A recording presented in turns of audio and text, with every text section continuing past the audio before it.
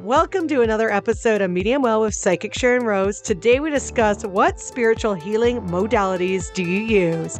Tune in as Sharyn shares how she's learned about health and wellness as a child and how she has adapted to what she believes in her life today when it comes to healing. So let's get started.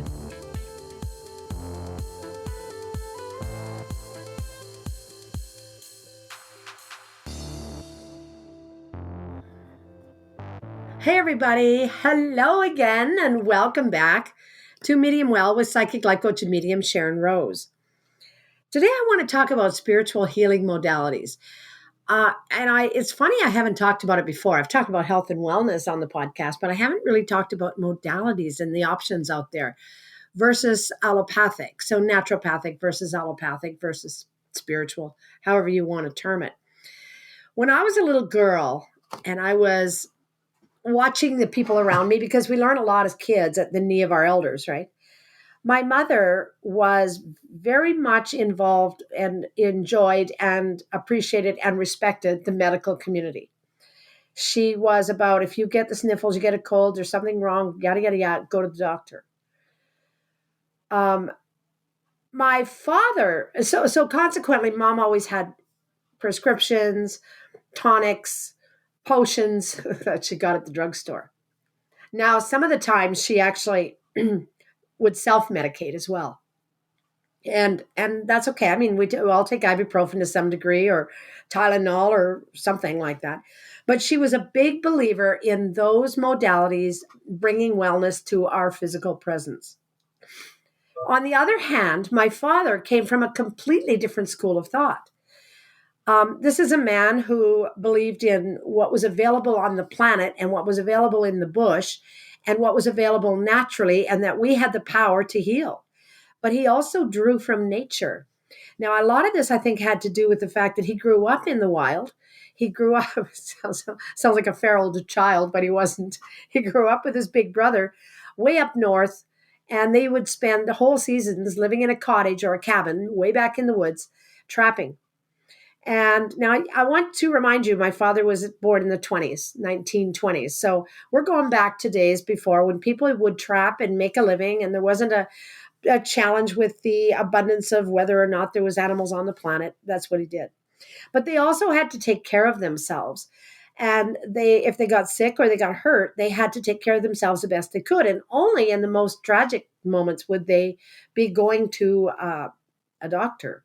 For example, my father was the one that would teach us when we were out walking, if we wanted to feel good, that the nature had an abundance of remedies for us. He would pick mushrooms and teach us the difference between the good ones and the bad ones. He taught us what pine gum was. I don't know if any of you have ever chewed pine gum, but it's the sap on a pine tree, and you can pick it off, and it's gummy, and you can chew it. And we would chew pine gum. I really liked it. I thought it was really good. My father was a chronic gum chewer too, so the pine gum. He would drink swamp tea. He taught us how to make swamp tea out of different herbs and whatnot from the swamp and the marshes. But he also believed that he had the power to heal himself, that he had the ability to, unless it got to a point of extreme. And that's how I was raised. I was raised with these two very different ideals. One person really into the allopathic medical community and very respectful of it and very involved with it and believed in have your yearly checkups and make sure everything's all right. And the doctor will tell you if you're okay or if you're not. And the other belief of you will know if you're well or not, just use your intuition, use your sense of wellness, your sense of self to determine what would be the best thing for you. I remember my father getting things like pneumonia or chest colds, and he would use mustard poultices. Now, a mustard poultice, I don't know if you're familiar with it, it goes way back, but a mustard poultice will literally burn the hide right off you. It'll burn the skin right off you if you leave it on too long. But he would use a mustard poultice because he believed that would bring it out. When he wasn't feeling really well, he would eat a lot of onions. There was a lot of different food products that he would also utilize in wellness. And there was a lot of foods he would touch. And I'll never forget my father sitting both my older brother and I down, because we were little, and the younger two weren't even around then. They sat us down And one of us had lost a tooth. And he bought our tooth from us. Instead of it going to the tooth fairy, he said, I want to do an experiment. I want to show you something. And so he bought our tooth. I don't know if it was mine or Neil's. And he put it in a little glass of Coca-Cola. And he said, I want you to just check back with this tooth, every day, every 2 days, a week, whatever. And it wasn't very long before there was cavities starting to form in that tooth. What was really interesting for Neil and I was watching that process. And I know Neil doesn't drink pop unless he's having a cocktail, and he doesn't drink anymore, so he's not even doing that. And for me, that's the only time I would drink pop is if I was having a cocktail, because I saw what happened to that tooth, and I didn't want to rot my teeth by drinking pop. And those were the kinds of lessons I learned at the knee of my father. And from my mother, I learned that you go to the doctor and the doctor tells you what's good and what's not. And so I had this real mix of ideals, but I really leaned towards self-care. I really leaned towards me being able to take care of myself. And when I grew up, I was constantly looking for healing modalities that I thought would serve me and that I could share with others, because I've been a teacher my whole life. And I've been sharing anything that comes along for me that I love. I share it with everybody that I know. And in 2010, when I was running some workshops, we did a big section on healing and health. And I really came across, of course, to do that, I had to do a lot of research, because there are a lot of modalities from around the world that I had never heard of. And I've introduced you to some of them through the podcast and various ones. But so for me, it really became a fascination. And that led into the 2010 workshop. Was earlier than that, in the 90s, when I received a diagnosis of advanced rheumatoid arthritis. And I was told by the doctor, get your house in order. You're going to be in a wheelchair within 6 months. And it made me stop and think of my father, who broke his back twice. Well, once with a tree falling on him when he was young, and he was a logger. And while he was still in a full body cast, he built a restaurant with all of his he put a foreman in charge who was one of his native buddies, and he had a native crew, and they built the restaurant, the first restaurant my father and mother ever owned. And he was in a full body cast, and I remember him cutting the around the arm, where the arm joined the body on both sides, and the legs were joined the body, so he could walk and actually use his arms. And he was out helping build the restaurant. Now, there's a man who believed fully in his own power. And of course, mother was exactly the opposite. And so when I was diagnosed with this advanced rheumatoid arthritis diagnosis, I went, no, I can't have that. That's not going to work. Good Lord. I'm just hitting my stride with my work. I'm just hitting my stride in my new relationship. I'm just hitting my stride. My kids have just left home, and no, I can't. I don't want this. So I started researching. And in the research, of course, I took courses. And one of the courses that I came across was a healing touch course that was given by an RN and her assistant. And I've talked about that course in some other of the healing. If you're really interested in all the healing experiences I've had, go back to the other healing podcasts that are already up and listen to those as well, because I'm not going to go back into the same old stories here. I've got too much more to share with you. But I will say that the Healing Touch course led me into an awareness of a strong awareness of exactly what my father was trying to teach us as children, that we had the power. We were able to have the power. He was also a very positive man who was a very positive thinker. He was a bit of a hot-headed Frenchman, and he was stubborn, but he was somebody who would stick to his guns. He'd say, yeah, that's the way it is. And that would be the way it was.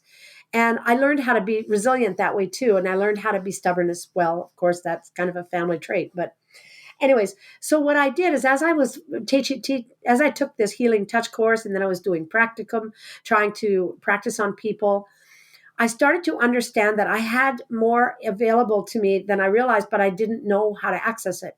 I didn't know how to utilize it. I didn't know where to go for it. But I also knew something else. I knew that I was a human, or a spirit having a human experience, but my human body was also kind of foreign to me. And I didn't really know all the body systems very well. I mean, I knew them. I knew we have a skeletal structure and a nervous system, and we have all these, different structures and systems, but I didn't know how to utilize them. And I didn't know, when I was doing healing touch work, where was I? Did it matter? Was it okay if my hands weren't in the right spot, et cetera, et cetera? So it came to me to the best place to study best modality to study would be massage therapy. So went to Calgary. I bunked with my son when I stayed in his apartment with him. My oldest son gracefully let me live with him while I was doing this, and I took the healing touch course or the massage therapy course. I took the massage therapy course, and through it all, I decided, and of course, in that process, you're meeting other people that are healers that work in the healing field. And one of the gals that I met there was somebody who practiced Reiki. And she was a Reiki practitioner and a Reiki teacher. And I was really interested in Reiki. I'd never heard of it before. And I was really interested and keen it's different than healing touch. And so Google them both if you're not sure. But I decided that I really liked her. And so I took the Reiki 1 level with her after I did the healing or the massage therapy. I enrolled in with her and took her Reiki level 1 course. Now, at the end of my massage therapy course, the instructor brought in another instructor to talk to us a little bit about reflexology. And I had heard about reflexology from an aunt who traveled to the States. And I remember her coming back and handing me a diagram of a foot. And it had all these points on it and all this stuff. And I thought it was very weird and strange and didn't really. And she was a bit eccentric. She was my dad's sister, go figure. And I remember looking at this foot and I remember her trying to explain to me what reflexology was. And she said it just made her so well. She loved it. And she always went to this doctor in the States because he knew reflexology. And it still really wasn't very common up here. Of course, Canada, it took a little while. And again, we're talking 50s, 60s that I was getting this information from her. So as I'm rolling now in the 90s, in the 90s, basically, and I'm taking the massage course, I decided to enroll with this instructor in the reflexology course as well. And I fell in love with it. Reflexology to me was like a cheat sheet. It gave me the opportunity to be able to work with people's bodies and understand just through their feet where they were struggling with issues, because reflexology teaches that the nerve endings in your foot can get crystallized. And when a reflexology works on those nerve endings, it breaks up those crystals and allows for flow of energy and also blood flow, et cetera, back into your body. And it's also a painful modality for people that are experiencing reflexology. But I still to this day suggest it. And I still to this day do a lot of reflexology on myself and on people who want it, like that, not clients, but family or whatnot. So now I've been introduced to Reiki, reflexology, massage therapy, and I'm really comfortable. I'm feeling like I'm really in my wheelhouse because by this point, I changed doctors, medical doctors, because I didn't like what my initial doctor had to say. And I found a doctor who was partly holistic and partly allopathic, and who was a GP, registered, was a regular medical doctor, but she also had her ear leaning towards the holistic health community. And with her, I was able to avoid going on any medication. She wanted me to, but she didn't push it because she knew that I was doing a lot of work on my own. I was doing a lot of cleanses, for example, and doing them seasonally. And actually, I taught a cleansing workshop, and she was a member, came to it as a student. But so over the period of all of the years since then, which is like 30 years or more, I learned about reflexology. I learned about massage therapy. I learned about Reiki. Then I started, when I taught this workshop in 2010, I came across another modality called EFT, or tapping. And I became obsessed with tapping. And I taught it to my students. Now, I want to share with you something interesting. That group that I taught in 2010 are all still very, very close friends today. They all are friends of mine today. We became very tight, and there are members there who are still using a lot of the modalities, healing modalities that they learned in those workshops that we took. I think there was three rounds. I can't remember. But anyway, so they were learning about developing their intuitive aspect, but they were also learning about all of these healing and health modalities. And of course, you can't go into spiritual healing and health without exploring meditation. And meditation is a prime basis for a lot of the spiritual cultures around the world. The Buddhisms, the Hindus, the even Christianity. I mean, we have prayer. I have a mala, which is a Buddhist. It's a Buddhist, the beads that you use to do repetitive, like it's like the rosary for the Christians, and it assists with meditation. And then along with meditation comes visualization. And I started to understand, and of course along with visualization comes law of attraction. Now, with law of attraction, you're dealing with the science of energy work plus the faith base, I guess you could put it, of believing and trusting that you have the power, that you are bigger than just your body, that you are a soul, you're tapped in, tuned in, turned on to spiritual energies, to the universal energies, and that there is nothing you can't heal or do for your body or for yourself. And in some cases, help others if they want the help. Remember, if you're going to work with helping others, they got to want the help. Otherwise, you're wasting your time. Anyway, so now we've got my father's training at the knee, where he's teaching me about nature and the power of nature. And the herbalist that I've bumped into sounded just like my father. So there's herbology is another one that a lot of people like, that goes with the swamp tea and the pine gum. And we're talking about massage therapy becoming a modality that I learned all the body systems through massage therapy. And in fact, I did massage for a few years, as well as did the Reiki and the reflexology, and it literally guided me into doing the work that I'm doing now. And again, that's another whole story. But through that also came crystal healing. Now, the mala that I have is made with semi-precious stones, so it's understood that crystals carry energy. They're live, and crystals can help you heal any aspect of yourself that you wish to heal. And essential oils came up with that, because with crystals and stones, gems, there is what is called hot stone therapy, which is using both gems and using oils. So essential oils became a part of it. And all of a sudden I started to realize our world is equipped with everything we need for us to be well.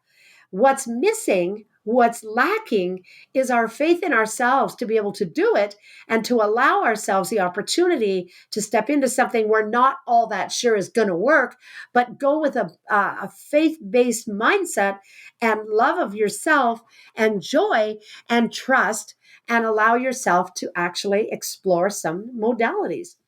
Now, recently, I've run into a new modality, which is a sound frequency modality. I got to tell you something. I'm having the most extreme reaction to this sound frequency modality. It's really amazing and it's powerful. So, what I'm going to suggest here is explore some of these modalities that I've shared with you, because I'm going to do a part 2 of this particular healing uh, podcast. I'm going to do a second podcast, and I'm going to go deeper into each of them a little bit, not all of them, but some of them. And then I'm going to explore with you the healing modality of the sound frequencies, because I found one that is going to blow your mind. And it's going to provide for you all the wellness you could possibly want. The interesting thing is, to this day, I know COVID has been rampant on our planet. Now it's November 2022, and COVID was a 2020 and a 2021 issue.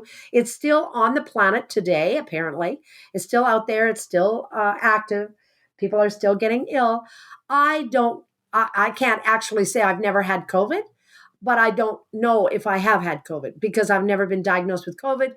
I've taken COVID tests when I wasn't feeling that great, just to make sure, and they all came up negative. So to this day, my husband and I, neither of us appear to have had COVID, which is kind of interesting, because I am 70. I'm supposed to be prime and in that particular age group, but I do healing modalities all the time. I'm always doing visualizations, meditations. I'm always working with Reiki. I'm always doing reflexology on myself. Crystals, I always carry and work with crystals. Essential oils, I use all the time. And of course, I use the oracle cards as well, and I follow guidance there. Visualization is huge. I visualize my body's being well. But I'm going to go into some other healing information because if I do that now, it's going to make this podcast way too long. So you've got the basics, you've got the beginning of this podcast or of the healing, spiritual healing modalities. This is part 1. So we'll do part 2. And come back into part 2, which I think this is 65. So the next episode will be episode 66, which will be the healing part 2, spiritual modalities. So I'm going to give you the card for today.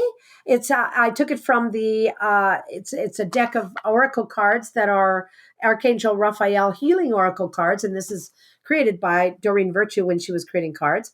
And there's a prayer on it. It says, "Stay positive. Dear Archangel Raphael, thank you for helping me be optimistic and take the appropriate action steps that support my health." And each one of the modalities I've shared with you are what I would call action steps. I want you to understand that even with law of attraction, you have to have in attraction, what do you find there? Action, the word action. If you don't take action, you just sit around and say, well, I've just asked the universe to make me well. I'm going to be well. Well, there we go. That's not going to work that way. So come back for part 2 of this particular podcast, and let's go deeper into some of the modalities, particularly the sound frequencies. It's going to blow your minds. You are going to go nuts. Also, I'd like you to also take a look at, if you haven't already, the website, SharynRose.com. There, everything is there, including all the services, everything that I do. I do a lot of consults by Zoom. It doesn't matter where you are in the world. We can do Zoom or we can do phone. And you can also come into the studio. I'm here in Alberta. So take care of yourselves. Be good. Stay warm. And I'll see you in the next podcast. Bye-bye for now. Thank you for listening to another episode of Medium Well with Psychic Sharyn Rose. If you love listening to this podcast, we have one little favor to ask you. Please follow us on Spotify, Apple Podcasts, and Google Podcasts. If you love learning from Sharyn, well, she's got a few great courses that are ongoing. Why don't you register for Kitchen Witchin'? It's on now. All you have to do for more information is go to kitchenwitchin.ca. Or if you'd like to book an appointment with Sharyn for a reading, or if you'd like to know more about Sharyn, her psychic services, coaching sessions, and more workshops, go to SharynRose.com. That's Sharyn with a Y. We'll talk to you next time.